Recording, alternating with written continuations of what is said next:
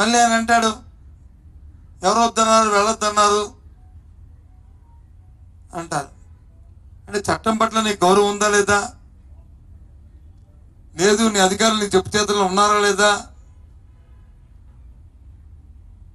ఏంటిది ఈ గందరగోళం? నేను రాష్ట్రంలో 3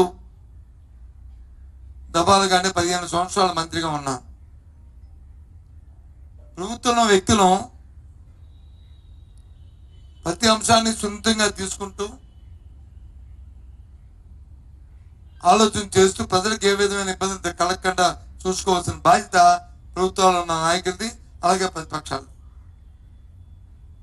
ఆ నేపథ్యంలో ఒక మాజీ ముఖ్యమంత్రిగా జరుగుతున్న పరిణామాలని దేవుని క్షమాపణ కోరడానికి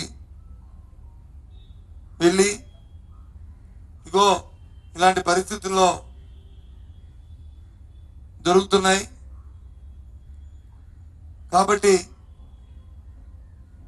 మీరు వచ్చి ఒక మంచి బుద్ధిని ప్రసాదించండి ప్రభుత్వం ఉన్న నాయకులని కోరడానికి వెళ్తున్నా. అలా మన నేపథ్యంలో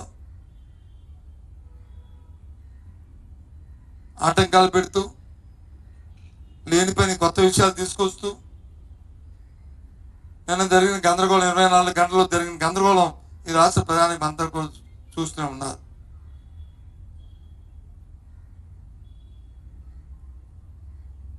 మేము చెప్పాం, చాలా సందర్భాలు చెప్పాం.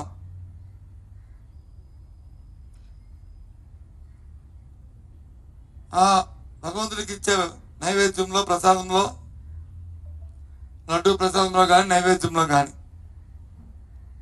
వాడే పదార్థాల్లో ముఖ్యంగా నెయ్యిలో కల్తీ జరిగితే ఓ థర్డ్ పార్టీ ఎంక్వైరీ చేసి నిరూపించి ఎవరైతే ఆ కార్యక్రమం చేశారో వారిని శిక్షించండి. మీరు శిక్షించిన దేవదేవుడు తప్పకుండా శిక్షిస్తాడు, చేసిన వాళ్ళని శిక్షిస్తాడు. లేకపోతే ఆరోపణలు చేస్తున్న వాళ్ళని సరే శిక్షకి మరి ఆ వారిని శిక్షిస్తాడు అని చెప్పి దానికి తయారుగా ఉన్నామన్న విషయాన్ని చెప్పాం. లే తన మనుషులు వేసుకుని అతను ఆడిన అబద్ధాన్ని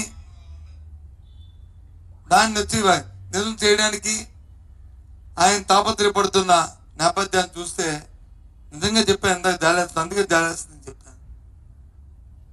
ఏముంది, ఒక లేఖ ప్రభుత్వం తరఫున లేఖ రాయండి, హైకోర్టుకి రాయండి, సుప్రీంకోర్టుకి రాయండి, సిబిఐకి రాయండి, మీ మేధంలో కమిటీ వేయండి, ఎంక్వైరీ చేయమని రాయండి. తప్పేముంది థర్డ్ పార్టీని?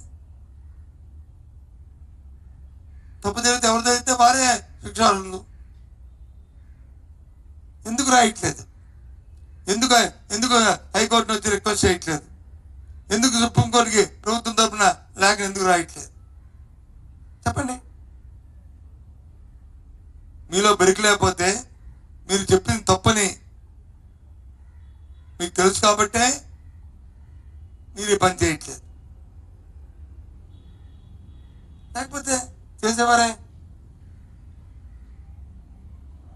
అంటే మీరు ఆడిన అబద్ధానికి దాన్ని నిజం చేసుకోవడానికి సాక్షాత్ భగవంతుని వెంకటేశ్వర స్వామినే పరంగా పెట్టడం ధర్మం కాదు, ఇది న్యాయం కాదు. ఎందరో భక్తులు, ఎంతో మంది భక్తుల మనోభావాలకి దీనికి దెబ్బతింటున్న పరిస్థితి, ఎంతో మంది శోభిస్తున్న పరిస్థితి, బాధపడుతున్న నేపథ్యం. నాకు అర్థమైన విషయం, ముఖ్యంగా భారతీయ జనతా పార్టీ మతత్వం అంటారు, దేవుడు అంటారు, ఇదంటారు. నేను రోజు వచ్చి హైదరాబాద్ నుంచి, చెన్నై నుంచి, బెంగళూరు నుంచి, పై రాష్ట్రాల నుంచి కూడా వాళ్ళ కార్యకర్తలు తీసుకొచ్చి